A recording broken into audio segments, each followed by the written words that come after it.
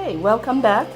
This is Suemae. I'm going to show you some ancient depiction and ideograph of some of the basic words, how they come about. So in the ancient time, they basically have a drawing of what you are looking at. So this is the sun, okay, a circle with a happy dot, and then this is the moon.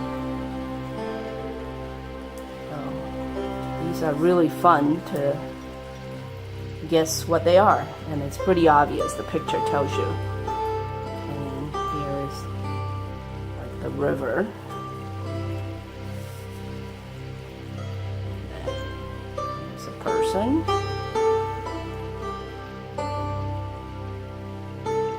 Okay, so from this to the current traditional calligraphy.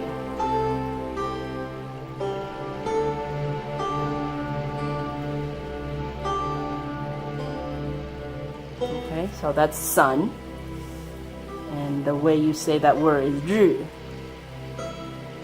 And then this is the current form for moon. 月. So you're learning calligraphy and also learning how to speak Mandarin. And this is river at the current form, very similar to the ancient form.